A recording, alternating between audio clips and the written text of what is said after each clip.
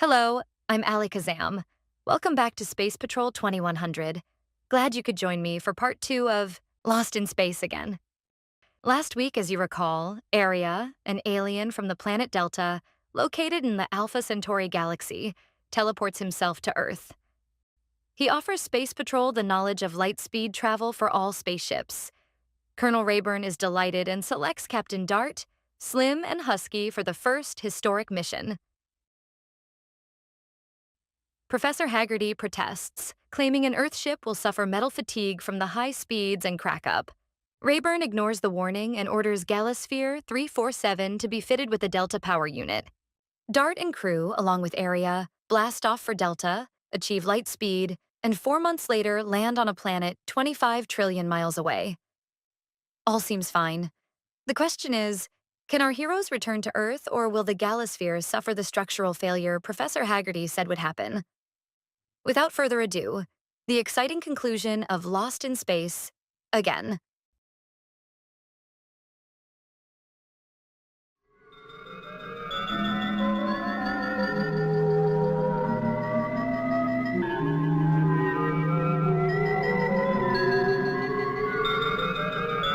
Delta's a delightful place, Aria.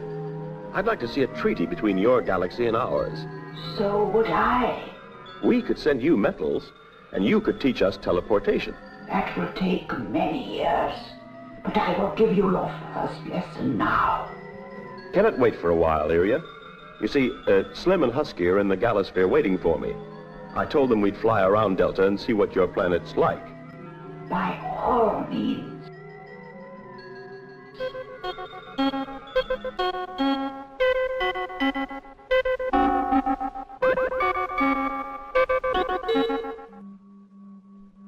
Delta is like my own planet Venus. It makes me feel quite homesick. We're going to circle the planet. Prepare for takeoff, Slim.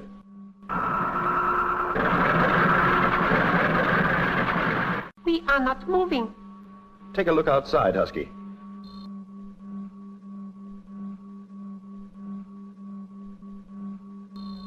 Odd. The power's on, but nothing's working.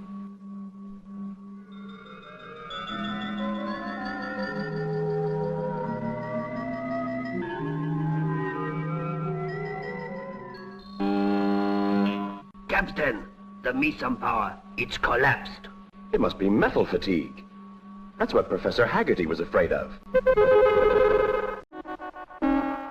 I fear we cannot help you. There is no metal on Delta, or any of the planets around our sun. Could you go to Earth and bring us back a spare part? I can teleport myself through space, but I could not carry anything. Well, then we're stuck here for good. Any luck fixing the Galosphere, Husky? I fixed the Meson power, but I can't fix the Delta power. I see.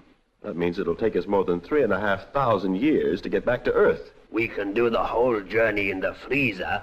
That way we wouldn't grow old. Maybe. But by the time we got back home, everybody we know would be dead. Anyway, in 3,500 years' time, who knows what Earth will be like? What can we do then? Stay here. I'll beam a message to Rayburn and tell him.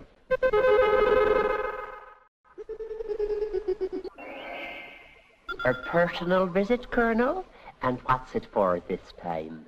I've come to apologize, Professor. You mean the Galasphere's collapse? Yes. The power units are broken, and the best Space Patrol crew I've ever had are stuck on Delta forever.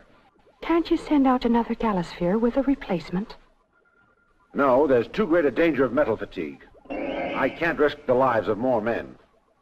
Well, Professor, you've got the last laugh now. I hate being right all the time, but it's the gift and the burden of being a genius.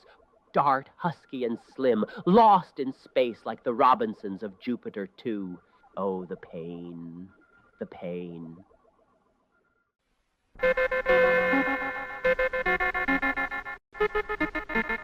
I can't believe there's no metal at all on this planet.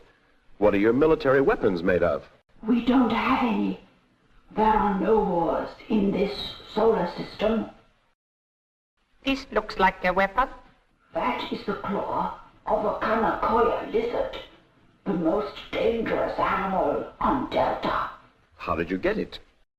My great-grandfather killed it. He received this house as a reward for his bravery. This could solve our problem, Iria. How? Earth reptiles have hard, horny claws. And if this giant lizard of yours has the same type of claw, it might be strong enough for us to make a new Delta power unit out of it. But how would you kill it?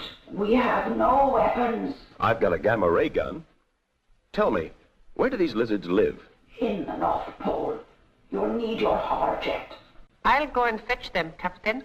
No, Slim. You and Husky must stay behind. There's no need for us all to go.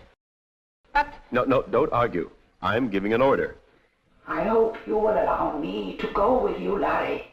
I can't stop you, can I? You can teleport yourself anywhere you like.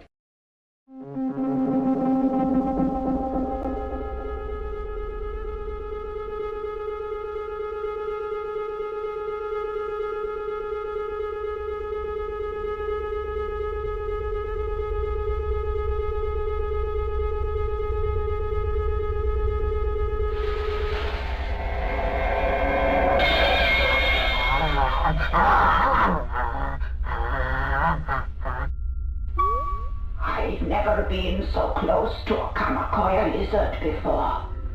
Even at this distance, I can hear his breathing. We'll have to get closer than this, or the gamma rays won't penetrate his scales. We dare not go closer. There's no need for you to stay, Iria. No, I won't leave you.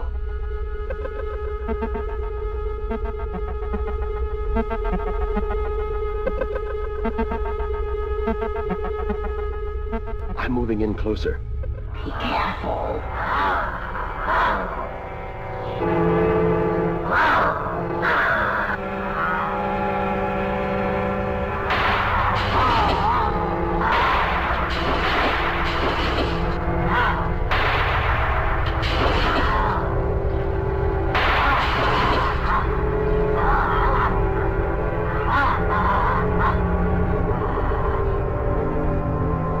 Gamma rays don't seem to have any effect on him. His scales are too thick. Aim for his neck. All right.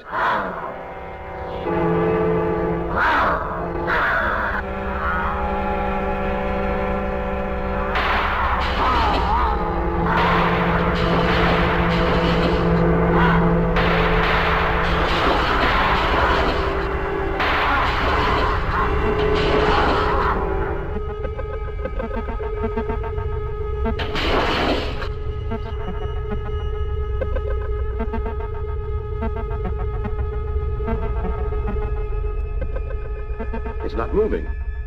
I think it's dead. It might only be stunned. I'll take a closer look. No, it's dangerous. One stroke of those claws. I'm sure it's dead. Well, Larry, will it do? I think so. At a quick guess, I'd say it was as strong as earth metal. You will need instruments to cut it. We carry tools in the Galosphere, and Husky is a wizard at making things work. If anybody can build a Delta power unit out of this, he can.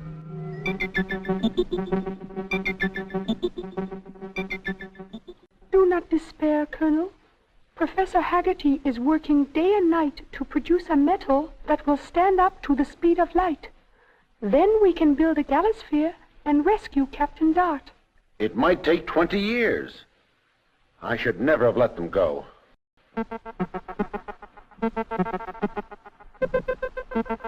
I cannot believe this claw will work. It's got to work.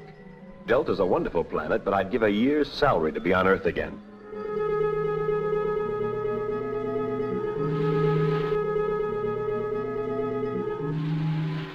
Captain, I fixed it. You have? What's it look like? It looks just like the old Delta power unit. The only thing is that I'm not sure it'll work. There's one way of finding out.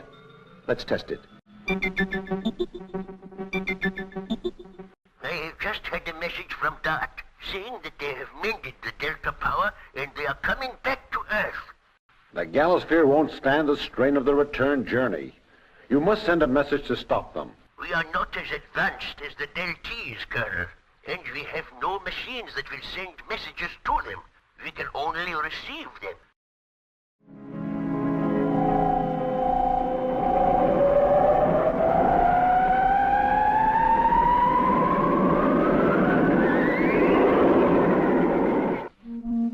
Meson unit gaining speed. We are ready to lift. I'll stay with you until you switch on the Delta power. Speed 500,000 miles per hour. Rising.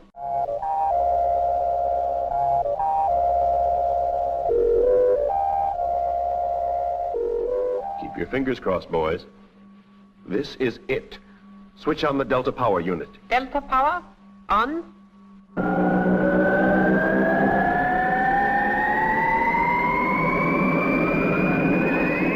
It's still holding, Captain. Speed 20 million miles per hour.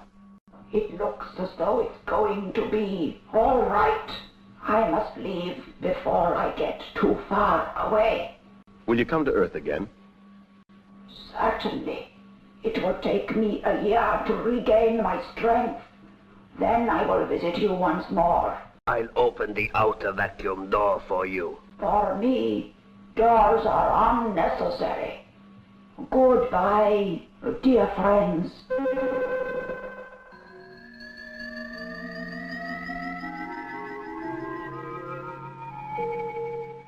I'm still tracking the Galosphere and the radio telescope.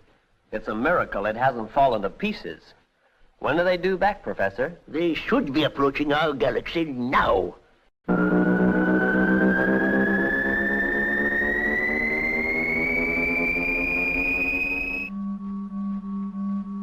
Venus on the scanner viewer. Now we're really in the home shrink. Home stretch, Husky. Let's go on to Earth. At this speed, it won't take long.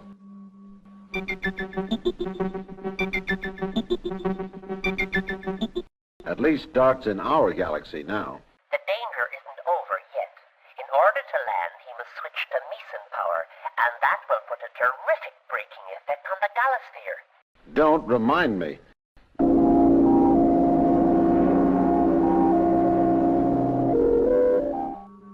Earth is in sight, Captain. Switch to Meson power, Slim. Meson power on. What's that? Metal fatigue.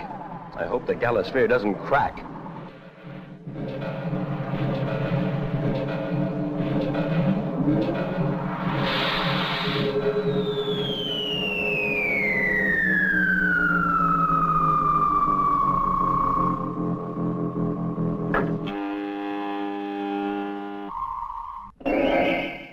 On Earth at last. Ah, what a relief.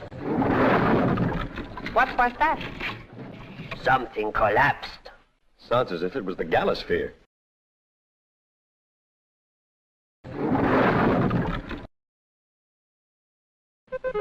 Galasphere 347 has collapsed, but Captain Dart and his crew are safe. Tell Dart to come and see me immediately he's through contamination control. I'm here, sir. Where's our next mission? Where do you want to go, Captain? Blackpool or Coney Island, Colonel. Anywhere, as long as it's on Earth.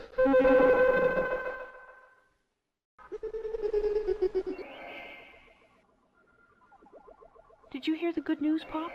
Captain Dart and crew made it back safely from Alpha Centauri and Galasphere 347. Yes, I did. Dart's ingenuity, Husky's mechanical aptitude, and a great deal of luck got them home in one piece.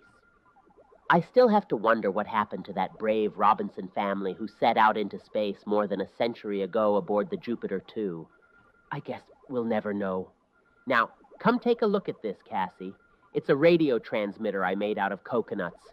It'll come in very handy if someone ever gets stranded on a deserted isle, don't you think? And don't call me Pop!